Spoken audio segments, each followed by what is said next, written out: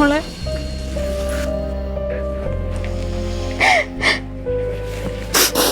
നോക്ക്, മോളെ ഉപദ്രവിച്ചോണ്ടാ അയാളെ പോലീസ് പിടിച്ചോണ്ട് പോയത്. ഇനി അയാളൊന്നും ചെയ്യത്തില്ല കേട്ടോ. മോള് പേടിക്കണം, ആരും ഒന്നും ചെയ്യൂല.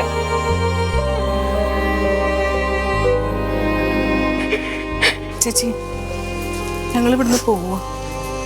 എങ്ങോട്ടടി? എവിടേക്കെങ്കിലും.